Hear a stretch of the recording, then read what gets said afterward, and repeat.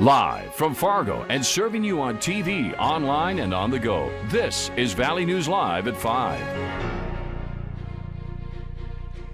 Election Day is finally here, and we here at Valley News Live will be bringing you team coverage throughout the evening.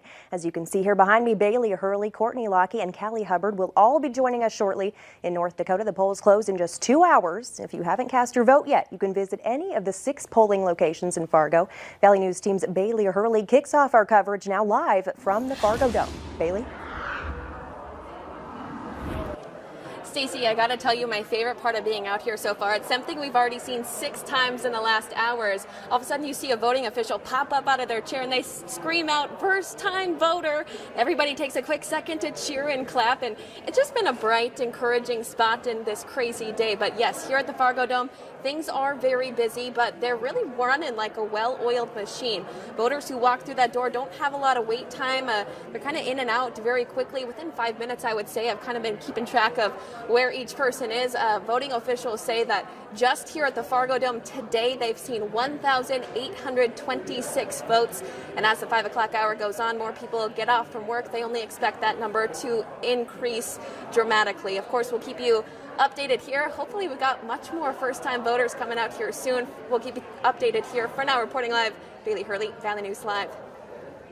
Thanks so much, Bailey. Well, you've seen the ads for weeks. Former Lieutenant Governor and state lawmaker Michelle Fischbach is hoping to flip Minnesota's 7th congressional district.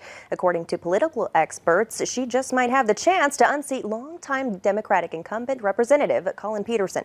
Valley News team's Courtney Lockie hit the road this afternoon to catch up with Fischbach. She joins us live now from Spicer, Minnesota. Courtney?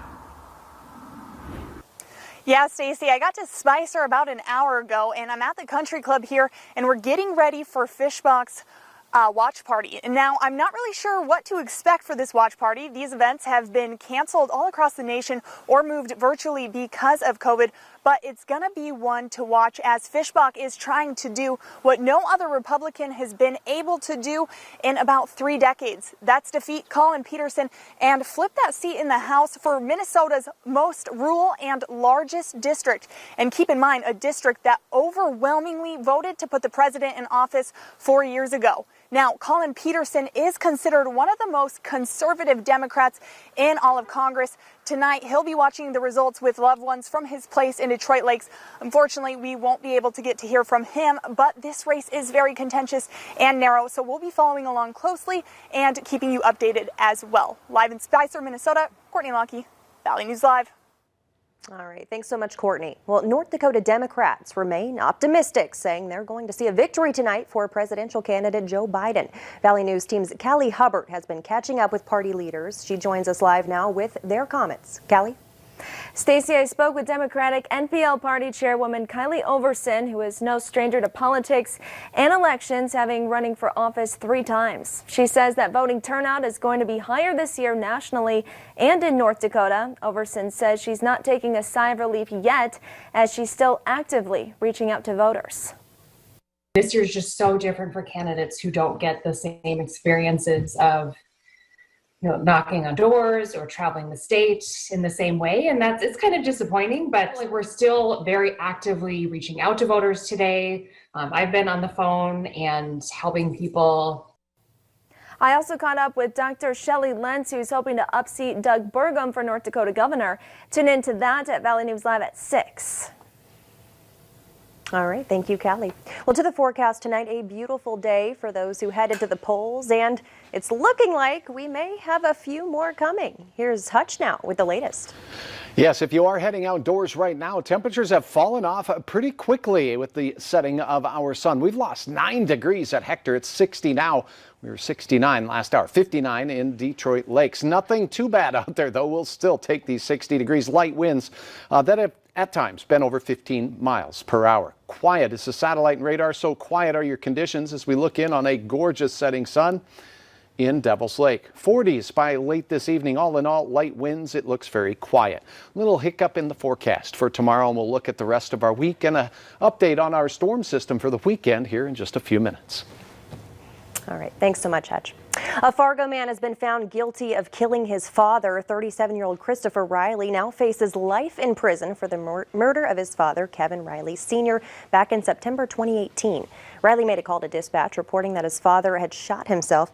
Emergency crews found Riley Sr. dead with a gunshot wound below his right ear. The medical examiner said based on that trajectory, it's unlikely to be self-inflicted. A man is in jail after a fight that ended with another man unconscious on the ground. Kittson County deputies were called to Carlstadt just after midnight Monday. A deputy found the victim on the ground and the suspect standing over him. Deputies say the fight started between the suspect and his girlfriend, then the other guy got involved. 25-year-old Levi Underberg of Kennedy, Minnesota was arrested for assault and DWI. Deputies tell us he hit the victim in the face after his Trump t-shirt was ripped. No word tonight on that victim's condition.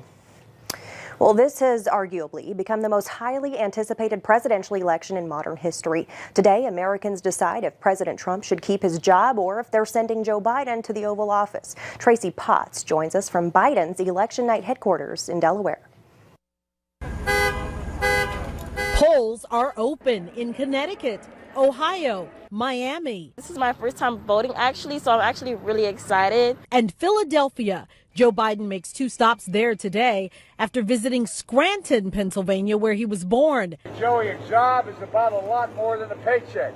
This morning, he went to church. Last night, his final rally in Pittsburgh. It's time for Donald Trump to pack his bags and go home. Biden's running mate, Senator Kamala Harris, making one last bid for Michigan votes this morning after her final argument in Pennsylvania. We cannot let up because it ain't over till it's over. Michigan is at stake, a narrow Trump win in 2016.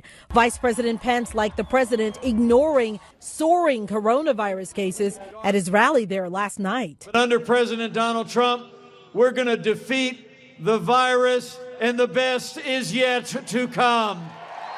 President Trump up early on Fox making predictions. I think we're going to win Pennsylvania. We have very good numbers in Pennsylvania.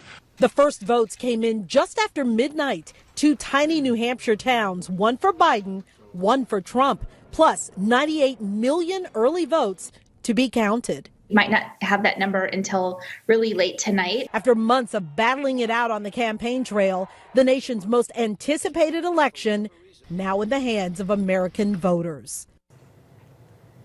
Officials say some states started counting early votes weeks ago, and they're ready to report those numbers. Now, others won't start until the polls close this evening. To stay up to date with all races in real time, head over to our VNL News app and click on our election tracker. Well, President Donald Trump and Governor Doug Burgum go before North Dakota voters today looking for lopsided victories in a state with a long history of backing Republicans. Burgum is running 4 years after he won his first term as a businessman looking to reinvent government. Democrat Shelley Lenz has sought to make an issue of Burgum's management, saying the pandemic is running unchecked in North Dakota. Also on today's ballot is an effort by lawmakers that would give them more control over citizen-initiated constitutional amendments.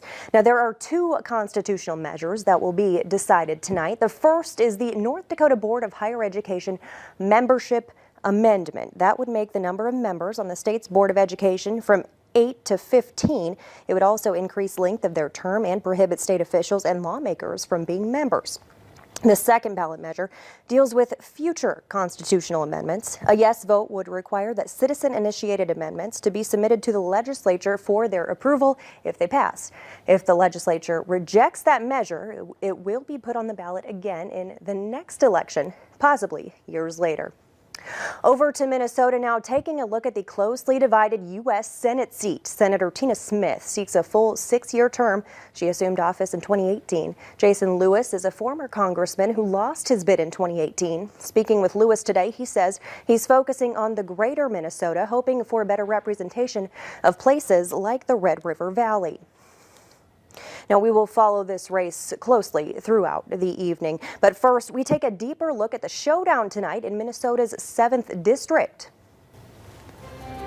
Temperatures today peaked in the 70s in Grand Forks and Fargo. A little cooler for your day on Wednesday. I'll have hour by hour details right after this.